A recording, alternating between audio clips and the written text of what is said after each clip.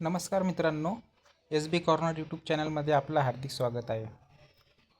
तर ह्या व्हिडिओमध्ये आपण जो पेपर आहे कॉटन कॉर्पोरेशन ऑफ इंडिया लिमिटेडचा एक्झिक्युटिव्ह पदासाठी, जनरल एक्झिक्युटिव्ह पदासाठी त्याचा आपण मागच्या वर्षीचा म्हणजे 20 जुलै 2024 रोजी झालेल्या परीक्षेचा पेपर बघणार आहोत थोडक्यामध्ये. तर हा जो पेपर आहे, ही परीक्षा 20 जुलै 2024ला पार पडली होती. त्यामधला हा आहे जनरल इंग्लिशचा सेक्शन. तर सेक्शन काही एवढं अवघड नाही आहे. क्वेश्चन कसे सोडायचे तुम्हाला येणाऱ्या एक्झाममध्ये त्याचा एक ओव्हरव्ह्यू आपण बघून घेऊ, म्हणजे तुम्हाला एक्झाम देताना एक आयडिया येईल. तर समजा आता हा क्वेश्चन आहे. क्वेश्चन वाचला तुम्ही, पूर्ण क्वेश्चन वाचण्यात वेळ नका घालू. फक्त बघा तिथं काय द्यायचं आहे, ॲप्रोप्रिएट अँटोनम, म्हणजे आपल्याला फक्त विरोधी शब्द सापडायचा आहे. कोणत्या याचा, ज्याला अंडरलाईन केलेली तो ऑब्जेक्शन म्हणजे काय, कोणी केव्हा जेव्हा ऑब्जेक्शन घेतं तेव्हा ऑब्जेक्टच्या अपोजिट आता खाली तुम्ही बघा सगळे ऑब्जेक्टिव्ह, प्रोटेस्टेशन, मोटिव्ह, ह्याचं काही नाही, याचं काही रिलेशन येत नाही. जो रिलेटेबल वर्ड वाटतो आहे ऑब्जेक्ट करणे, म्हणजे विरोध करण्याच्या अपोजिट असतं ॲक्सेप्ट करणं. तर ॲक्सेप्ट करणं हा असा क्वेश्चन तुम्ही इमिजिएटली ओळखून घेऊ शकता. हा खूप बेसिक लेवलचा क्वेश्चन होता. आता हा दुसरा क्वेश्चन आहे प्रेपोजिशनचा. प्रेपोजिशनमध्ये द प्रोफेसर स्पोक विथ हे याचा आन्सर आहे. आता बाय तर आपल्याला माहिती आहे, जर आपण ग्रामर शिकलो असेल तर बाय हे पॅसिव्हमध्ये यूज होतं.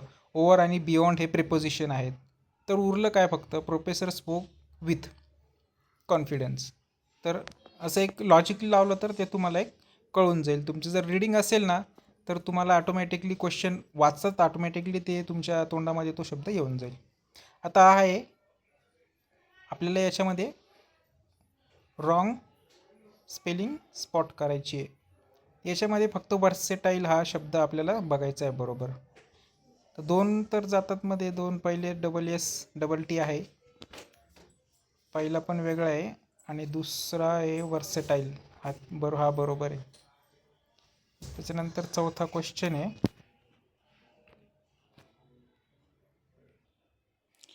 तर हा आहे क्वेश्चन तिसरा. याच्यामध्ये फक्त आपल्याला रॉंग स्पेलिंग, एक शब्द आहे त्याला रॉंग स्पेलिंग ओळखायचं होतं, तो आहे वर्सेटाईल. बरोबर.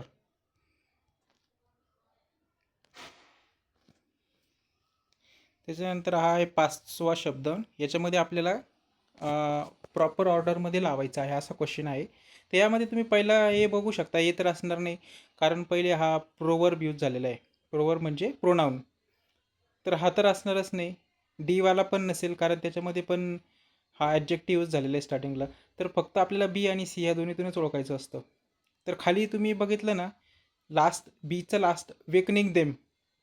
आता हे देम म्हणजे प्रिव्हियस सेंटेन्सला रेफर करते, तर हे पण बी तर असूच शकणार नाही, तर असेल फक्त सी.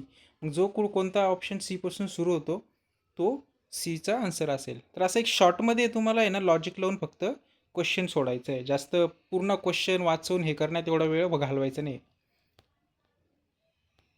तर असं असेल तुमचं इंग्लिशचं शिक्षण, ज्यामध्ये काही तुम्हाला सेंटेन्स रिअरेंजमेंट असेल, किंवा स्पेलिंग मिस्टेक्स असेल, थोडं ॲडजेक्टिव्ह प्रोवर्बचं असेल, आणि मग असं तुमचा इंग्लिशचं सेक्शन असेल.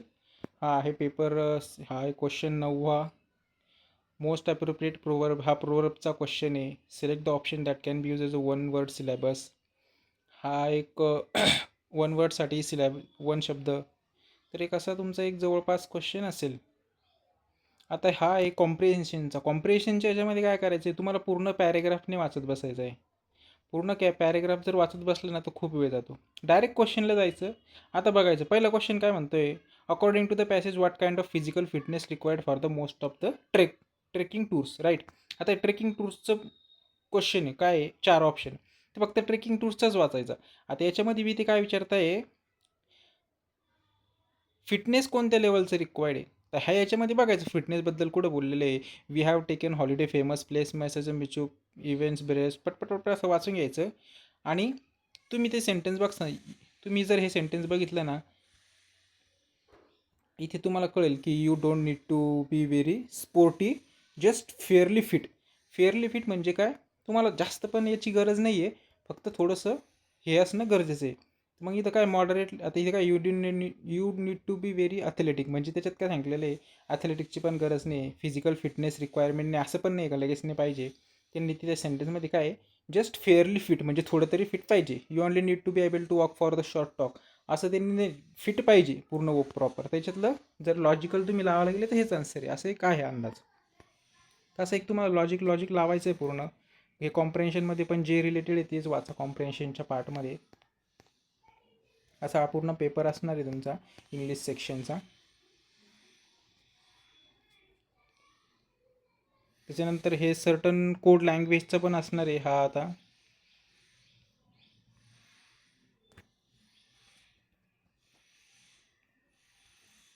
हे डायग्रामचं असणार आहे आणि रिअरेंजमेंट पझल वगैरे सगळं असेल तुम्हाला ह्या पेपरमध्ये. तर हा पेपरची जी लिंक आहे मी तुम्हाला खाली डिस्क्रिप्शनमध्ये देऊन टाकेल.